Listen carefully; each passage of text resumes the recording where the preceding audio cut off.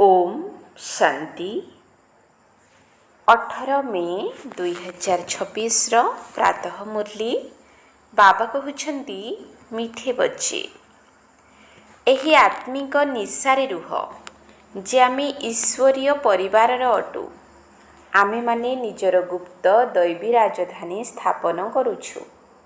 एही ईश्वरीय निशारे रुह जे आमे ईश्वरीय परिवार अटू आमे माने निजर गुप्त दैवी राजधानी स्थापन करुछु। प्रश्न पिला मानकर केउ अभ्यास पक्का होई गले सारा दिन खुशी बजाय रहिबो। पिला मानकर केउ अभ्यास पक्का होई गले सारा दिन खुशी बजाय रहिबो। उत्तर जदि सकाळु सकाळु उठी विचार सागर मंथन करिवार अभ्यास होई जिवो तेबे सारा दिन मन बहुत खुशी रहिबो।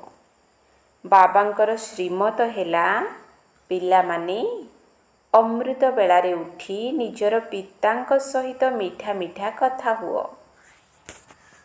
विचार कर आमे एबे केउ परिवार अटू आमर कर्तव्य कौन। जदि बुद्धि रे रहिबो जे आमर एहा ईश्वरीय परिवार आमे निजर नुआ राजधानी स्थापन करुछु तेबे सारा दिन खुशी बजाय रहिबो।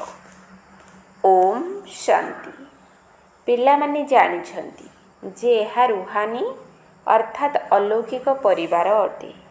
आउ सबु हेउछि जिस्मानी अर्थात लौकिक परिवार। एहा हेउछि रुहानी परिवार।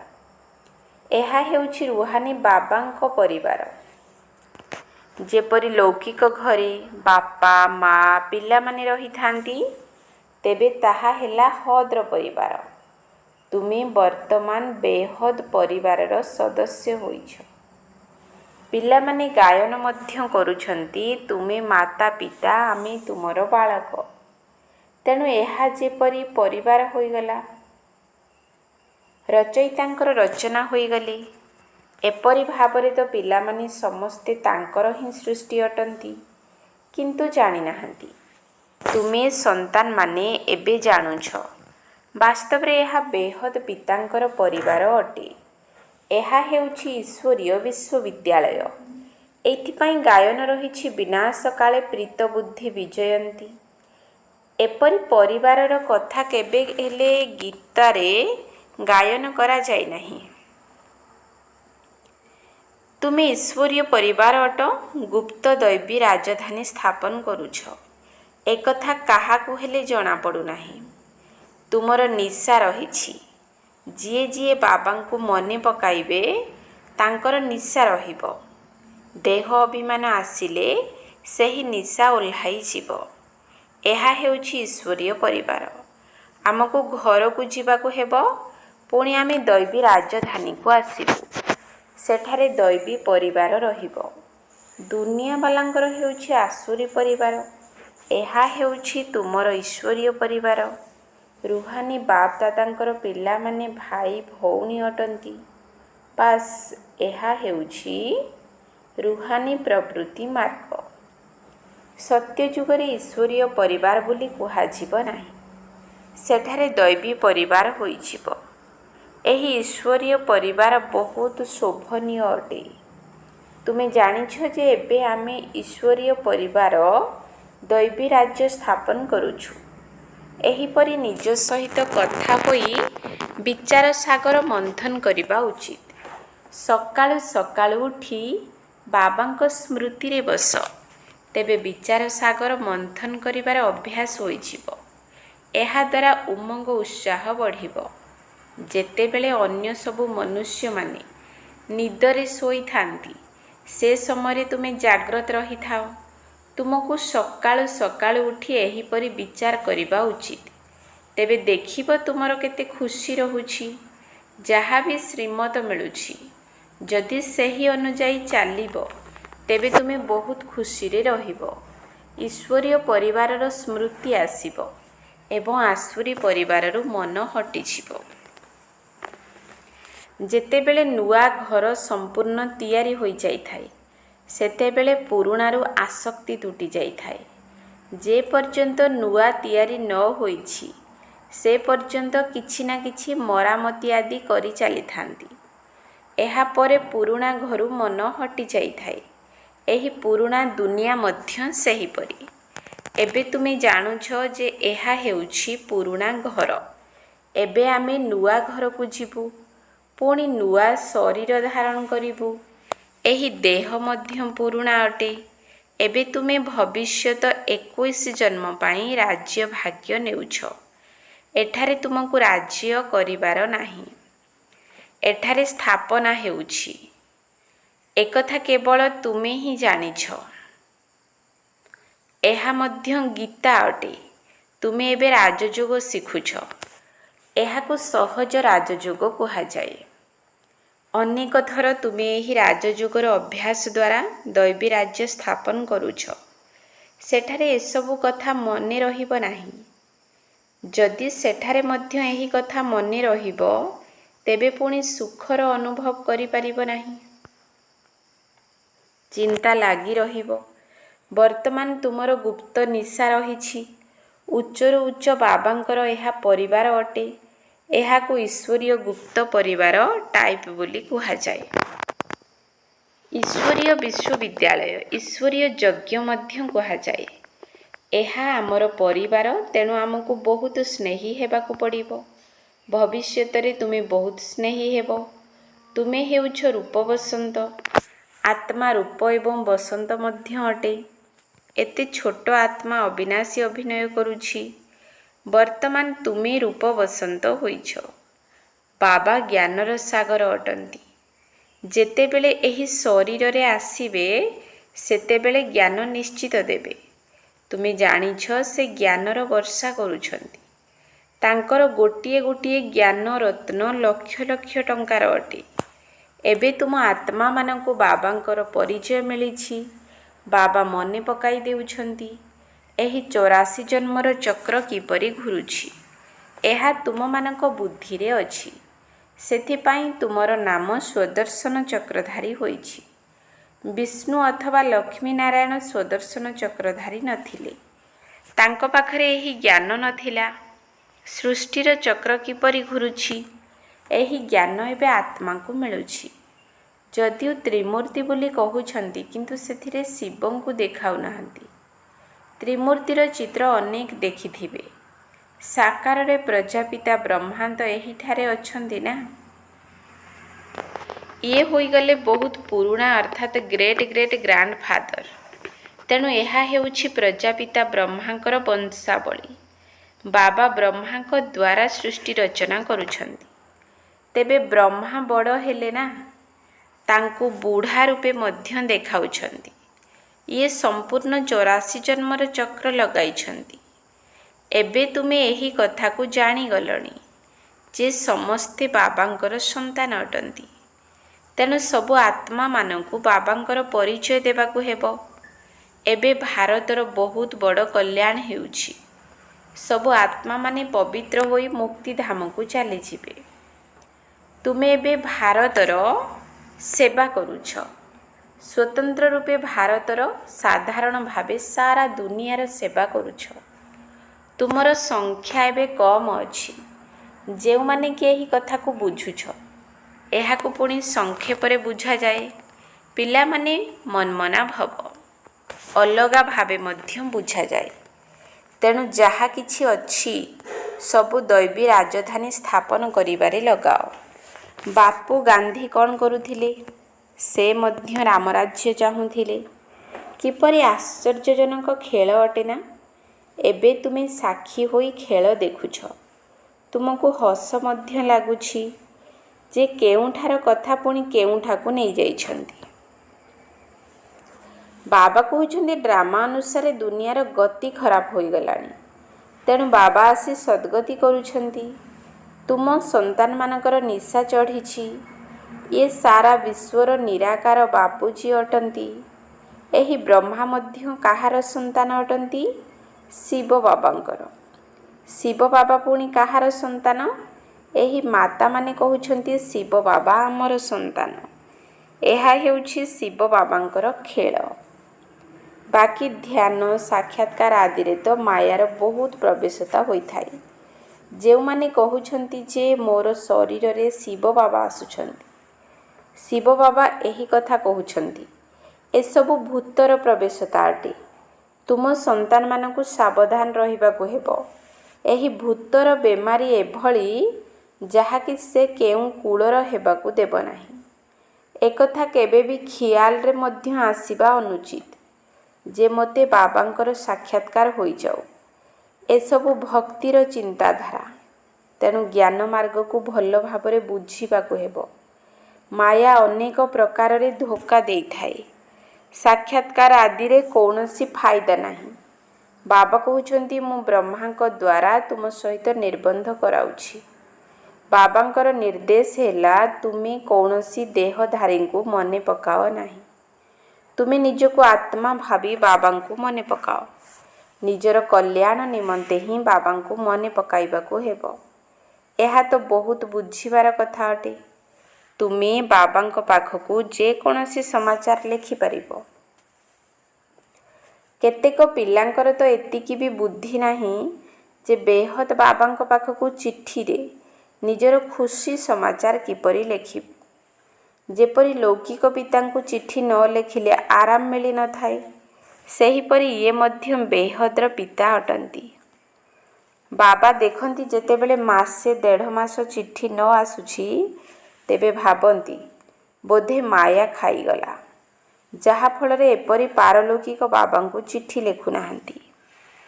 ଏତିକି ତ ଲେଖିବା ଦରକାର, ବାବା ମୁଁ ନାରାୟଣୀ ନିଶାରେ ସର୍ବଦା ରହୁଛି। ଆପଣଙ୍କ ଦ୍ୱାରା ଦିଆଯାଇଥିବା ଯୁକ୍ତିରେ ହିଁ ମୁଁ ତତ୍ପର ରହିଛି। ତେବେ ବାବା ବୁଝିବେ ଯେ ରାଜି ଖୁସି ଅଛି। ଚିଠି ନ ଲେଖିବ ତ ଭାବିବେ ଇଏ ବେମାର ଅଛି, ବାବାଙ୍କ ସ୍ମୃତିରେ ହିଁ ରହୁନାହିଁ। ନଚେତ ବାବାଙ୍କୁ ସମାଚାର ଦେବାକୁ ହେବ, ବାବା ମୁଁ ଏହି ସେବା କରିଛି, ଏହାଙ୍କୁ ବୁଝାଇଲି। ଏହାଙ୍କର ବୁଦ୍ଧିରେ ସମ୍ପୂର୍ଣ୍ଣ ଜ୍ଞାନ ରହିଲା ନାହିଁ। ତେବେ ବାବା ବି ବୁଝାଇବେ କି ଏହି ଶୈଳୀରେ ବୁଝାଅ। ଭକ୍ତି ମାର୍ଗରେ ଯାହା କିଛି କହୁଛନ୍ତି ତାକୁ କିଛି ବି ବୁଝୁନାହାନ୍ତି। ମୁଖ୍ୟ କଥା ହେଲା ବାବାଙ୍କୁ ହିଁ ଜାଣିନାହାନ୍ତି। ବାବାଙ୍କୁ ଜାଣିବା ଦ୍ୱାରା ଭାରତ ସଦ୍ଗତି ପ୍ରାପ୍ତ କରିଥାଏ। ବାବାଙ୍କୁ ନ ଜାଣିବା କାରଣରୁ ଭାରତ ବିଲକୁଲ ଦୁର୍ଗତିକୁ ପ୍ରାପ୍ତ କରିଥାଏ। ଏବେ ବାବା ତୁମକୁ ବୁଝାଉଛନ୍ତି, ମୁଁ ତୁମକୁ ସଦ୍ଗତିକୁ ନେଇଯିବି, ବାକି ସମସ୍ତେ ମୁକ୍ତିଧାମକୁ ଯିବେ। ଭାରତ ଜୀବନ ମୁକ୍ତିରେ ଥିବା ସମୟରେ ବାକି ସମସ୍ତେ ମୁକ୍ତିଧାମରେ ରହିବେ। ଏହି ପରିବର୍ତ୍ତନ ବାବାଙ୍କ ବିନା ଆଉ କେହି କରିପାରିବେ ନାହିଁ। ସମସ୍ତଙ୍କର ସଦ୍ଗତି ଦାତା ଏକମାତ୍ର ବାବା ହିଁ ଅଟନ୍ତି। ତେବେ ସମସ୍ତଙ୍କର ସଦ୍ଗତି ନିଶ୍ଚିତ କଳ୍ପକଳ୍ପ ସଙ୍ଗମରେ ହିଁ ହେବ। ତୁମେ ଜାଣିଛ ଯେ ଆମ ଆତ୍ମାମାନଙ୍କର ରୁହାନୀ ପିତା ଜଣେ ଅଟନ୍ତି। ତାଙ୍କୁ ଆତ୍ମା ହିଁ ମନେ ପକାଇଥାଏ। ଭକ୍ତି ମାର୍ଗରେ ତୁମର 2 ଜଣ ପିତା ଅଛନ୍ତି। ସତ୍ୟ ଯୁଗରେ ଜଣେ ପିତା ରହିବେ, କିନ୍ତୁ ସଙ୍ଗମରେ ତୁମର 3 ଜଣ ପିତା ଅଛନ୍ତି। ପ୍ରଜାପିତା ବ୍ରହ୍ମା ମଧ୍ୟ ପିତା ଅଟନ୍ତି ନା, ଶିବ ମଧ୍ୟ ପିତା ଅଟନ୍ତି। ସେ ସର୍ବ ଆତ୍ମାଙ୍କର ପିତା ଅଟନ୍ତି। ତାଙ୍କଠାରୁ ହିଁ ସମ୍ପତ୍ତି ନେବାକୁ ହେବ। ତାଙ୍କୁ ମନେ ପକାଇବା ଦ୍ୱାରା ହିଁ ବିକର୍ମ ବିନାଶ ହେବ। ବ୍ରହ୍ମାଙ୍କୁ ମନେ ପକାଇଲେ ବିକର୍ମ ବିନାଶ ହେବ ନାହିଁ। ସେଥିପାଇଁ ଶିବ ବାବାଙ୍କୁ ହିଁ ମନେ ପକାଇବାକୁ ହେବ। ଆମେ ତାଙ୍କର ସନ୍ତାନ ହୋଇଛୁ। ରୁହାନୀ ବାବାଙ୍କର ରୁହାନୀ ସନ୍ତାନମାନଙ୍କ ପ୍ରତି ଏହା ସଚ୍ଚା ସତ୍ୟ ଜ୍ଞାନ ଅଟେ। ବାକି ସମସ୍ତେ ହେଲେ ଦେହ ଅଭିମାନୀ। ଦେହ ଅଭିମାନୀ ପତିତ ମନୁଷ୍ୟମାନେ ଯେଉଁ କର୍ତ୍ତବ୍ୟ କରିଥାନ୍ତି ତାହା ପତିତ କର୍ମ ହିଁ ହୋଇଥାଏ। ଦାନ ପୁଣ୍ୟ ଆଦି ଯାହା ବି କରିଥାନ୍ତି ସେସବୁ ମନୁଷ୍ୟକୁ ପତିତ ହିଁ କରାଇଥାଏ। ରାବଣ ରାଜ୍ୟରେ ହିଁ ସବୁ ହୋଇଥାଏ। ଏବେ ବାବା ଆସି ଅଧ୍ୟାଦେଶ ଜାରି କରୁଛନ୍ତି। କହୁଛନ୍ତି ପିଲେ ଖବରଦାର, ବିକାରରେ ଯାଅ ନାହିଁ, କାମ ବିକାରଗ୍ରସ୍ତ ହୁଅ ନାହିଁ। କାମ ବିକାର ଉପରେ ବିଜୟ ପ୍ରାପ୍ତ କରିବାକୁ ହେବ। ତୋଫାନ ଆଦି ତ ବହୁତ ଆସିବ। ଏଥିରେ ହତାଶ ହେବା ଅନୁଚିତ। ମାୟାର ଏତେ ବିକଳ୍ପ ଆସିବ ଯାହାକି ଅଜ୍ଞାନ କାଳରେ ମଧ୍ୟ ଆସିନଥିବ। ଏପରି ମଧ୍ୟ ବିକଳ୍ପ ଆସିବ। କହନ୍ତି ଭକ୍ତି ମାର୍ଗରେ ତ ବହୁତ ଖୁସି ରହିଥାଏ। ଏବେ ଆପଣଙ୍କୁ ମନେ ପକାଇବାକୁ ଚାହିଁଲେ ମଧ୍ୟ ମନେ ପକାଇ ପାରୁନାହିଁ। ବିନ୍ଦୁ ମନେ ପଡ଼ୁନାହିଁ। କୌଣସି ବଡ଼ ଜିନିଷ ହୋଇଥିଲେ ତ ମନେ ପକାଇ ପାରିଥାନ୍ତୁ। ବାବା କହୁଛନ୍ତି ଯେ ତୁମେ ଶିବ ବାବା କହି ମନେ ପକାଅ। ଏହି ପୁରୁଣା ଦୁନିଆକୁ ଭୁଲିଯାଅ। ତୁମେ ମୋତେ ଶାନ୍ତି ଧାମରେ ମନେ ପକାଅ। କେବଳ ଶାନ୍ତି ଧାମକୁ ମନେ ପକାଅ ନାହିଁ, ବାବାଙ୍କୁ ମନେ ପକାଇବା ଦ୍ୱାରା ହିଁ ବିକର୍ମ ବିନାଶ ହେବ। ଆତ୍ମାର ମିଠା ବାବାଙ୍କ ସହିତ ସ୍ନେହ ରହିବା ଉଚିତ। ସେ ଅଧାକଳ୍ପର ପ୍ରେମିକ ଅଟନ୍ତି। ଆତ୍ମା କହୁଛି, ମୁଁ ଅଧାକଳ୍ପ ଆପଣଙ୍କୁ ଭୁଲି ଯାଇଥିଲି। ଏଠାକୁ ବ୍ରାହ୍ମଣୀମାନେ ଯେଉଁମାନଙ୍କୁ ନେଇ ଆସୁଛନ୍ତି, ବହୁତ ସାବଧାନତାର ସହିତ ନିଶ୍ଚୟ ବୁଦ୍ଧି ସମ୍ପନ୍ନ ଆତ୍ମାମାନଙ୍କୁ ହିଁ ଆଣିବା ଉଚିତ। ଯଦି ଏଠାକୁ ଆସି ପୁଣି ଯାଇ କେହି ପତିତ ହେଲେ, ତେବେ ବ୍ରାହ୍ମଣୀକୁ ଦଣ୍ଡ ଭୋଗ କରିବାକୁ ହେବ। ସେଥିପାଇଁ ବ୍ରାହ୍ମଣୀ ଉପରେ ବହୁତ ଦାୟିତ୍ୱ ରହିଛି। ବାବା ଏହି ରଥ ଧାରଣ କରିଛନ୍ତି। ଏ ସବୁ କଥାର ଅନୁଭବୀ ଅଟନ୍ତି। ଏଠାରେ ତ ବିକାରର କୌଣସି କଥା ହିଁ ନାହିଁ। ପରସ୍ପର ମଧ୍ୟରେ ହସିବା, ଖେଳିବା, କଥାବାର୍ତ୍ତା ହେବା ଏଥିପାଇଁ ମନା କରାଯାଉ ନାହିଁ। ବାକି ଯଦି କୌଣସି ଆତ୍ମା ସହିତ ଟିକିଏ ବି ସ୍ନେହ ରହିବ, ତେବେ ତାହା ପୁଣି ବଢ଼ି ଚାଲିବ। କେବଳ ତାଙ୍କର ହିଁ ସ୍ମୃତି ରହିବ। ସେଥିପାଇଁ ଏଥିରୁ ମଧ୍ୟ ଊର୍ଦ୍ଧ୍ୱକୁ ଯିବାକୁ ହେବ। ଏବେ ତୁମେ ଘରେ ବସିଛ ନା ସତ୍ୟଯୁଗରେ ବସିଛ? ବାବା ପିଲାମାନଙ୍କୁ ଘରେ ପଢ଼ାଉଛନ୍ତି। ଏହି ମଧୁବନ ତୁମ ସମସ୍ତଙ୍କର ଘର ଅଟେ। ଏଠାରୁ ବାହାରକୁ ଗଲେ ଏଭଳି କୁହାଯିବ ନାହିଁ। ଏଠାରେ ବହୁତ ଭଲ ନିଶା ରହିବ। ଦେହର ଅଭିମାନକୁ ଛାଡ଼ିବାକୁ ହେବ। ଦେହୀ ଅଭିମାନୀ ହେଲେ ଜାତି ଧର୍ମର ଭେଦ ସବୁ ସମାପ୍ତ ହୋଇଯିବ। ଏହି ପୁରୁଣା ଦୁନିଆ ତମ ପ୍ରଧାନ ଅଟେ। ଏଠାରେ ପରସ୍ପର ମଧ୍ୟରେ ଭେଦଭାବ ଆହୁରି ହିଁ ବଢ଼ି ଚାଲିଛି। ଆଗରୁ ବ୍ରିଟିଶ ସରକାର ସମୟରେ ଭାଷାର କୌଣସି ଖିଟପିଟ ନଥିଲା। ଏବେ ଦିନକୁ ଦିନ ବିବାଦ ବଢ଼ି ଚାଲିଛି।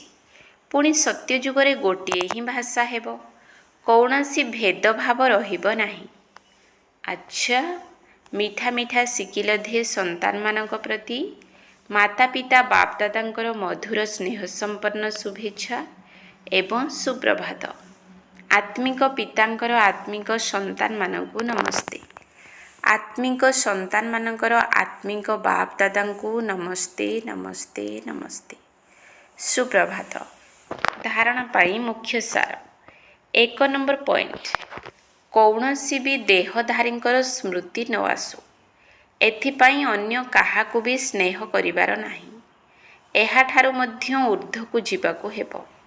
ବହୁତ ସାବଧାନ ରହିବାକୁ ହେବ। ମାୟାର ବିକଳ୍ପରେ ବିଚଳିତ ନ ହୋଇ ବିଜୟୀ ହେବାକୁ ପଡ଼ିବ। କୌଣସି ବି ଦେହଧାରୀଙ୍କର ସ୍ମୃତି ନ ଆସୁ। ଏଥିପାଇଁ ଅନ୍ୟ କାହାକୁ ବି ସ୍ନେହ କରିବାର ନାହିଁ। ଏହାଠାରୁ ମଧ୍ୟ ଊର୍ଦ୍ଧ୍ୱକୁ ଯିବାକୁ ହେବ। ବହୁତ ସାବଧାନ ରହିବାକୁ ହେବ। ମାୟାର ବିକଳ୍ପରେ ବିଚଳିତ ନ ହୋଇ ବିଜୟୀ ହେବାକୁ ପଡ଼ିବ।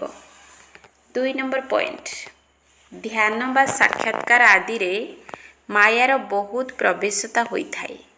ସେଥିପାଇଁ ଏହି ଭୂତର ପ୍ରବେଶତା ଠାରୁ ନିଜକୁ ବଞ୍ଚାଇବାକୁ ହେବ। ବାବାଙ୍କୁ ନିଜର ସଚ୍ଚା ସଚ୍ଚା ସମାଚାର ଦେବାକୁ ହେବ।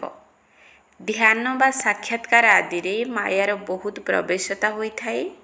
ସେଥିପାଇଁ ଏହି ଭୂତର ପ୍ରବେଶତା ଠାରୁ ନିଜକୁ ବଞ୍ଚାଇବାକୁ ହେବ। ବାବାଙ୍କୁ ନିଜର ସଚ୍ଚା ସଚ୍ଚା ସମାଚାର ଦେବାକୁ ହେବ। ବରଦାନ, ସବୁ କଥାର ସାରକୁ ଗ୍ରହଣ କରି ଅଲରାଉଣ୍ଡ ଅର୍ଥାତ୍ ସବୁଥିରେ ପାରଙ୍ଗମ ହେଉଥିବା ସରଳ ପୁରୁଷାର୍ଥୀ ଭବ। ସବୁ କଥାର ସାରକୁ ଗ୍ରହଣ କରି ଅଲରାଉଣ୍ଡ ଅର୍ଥାତ୍ ସବୁଥିରେ ପାରଙ୍ଗମ ହେଉଥିବା ସରଳ ପୁରୁଷାର୍ଥୀ ଭବ। ଯାହା ବି ସବୁ ଦେଖୁଛ ବା ଶୁଣୁଛ, ତାର ସାରମର୍ମକୁ ବୁଝିନିଅ ଏବଂ ଯାହା କହୁଛ ବା କର୍ମ କରୁଛ, ସେଥିରେ ସାରମର୍ମ ଭରି ରହୁ।